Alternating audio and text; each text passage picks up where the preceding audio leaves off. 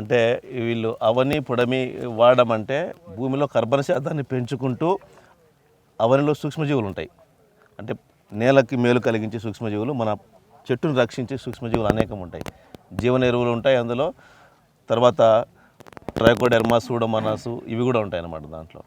So దీనివల్ల ఏమవుతుందంటే మనకు నేలలో కర్బన శాతం బాగా పెరిగి ఆ సూక్ష్మజీవులు వేరు వ్యవస్థను బాగా రక్షిస్తాయి. అంతేకాకుండా మన నేలలో ఉన్నటువంటి ఈ అనేక రకాల రసాయనిక ఎరువులు మనం ఏమైతే వేసి ఉంటామో అంతకుముందు వృధాగా పడి ఉన్నవి కానీ, లేకపోతే గడ్డి ఇవన్నీ లోపలికి భూమి లోపల కలిపిన గడ్డి ఇవి కానీ వాటన్నిటినీ బాగా కుళ్ళేలా చేసి రసాయనిక ఎరువులు కూడా మొక్క గ్రహించే రూపంలోకి మార్చేసి ఆ బ్యాక్టీరియా ఈ వేరు వ్యవస్థకు అందుబాటులోకి తీసుకొస్తుంది అన్నమాట.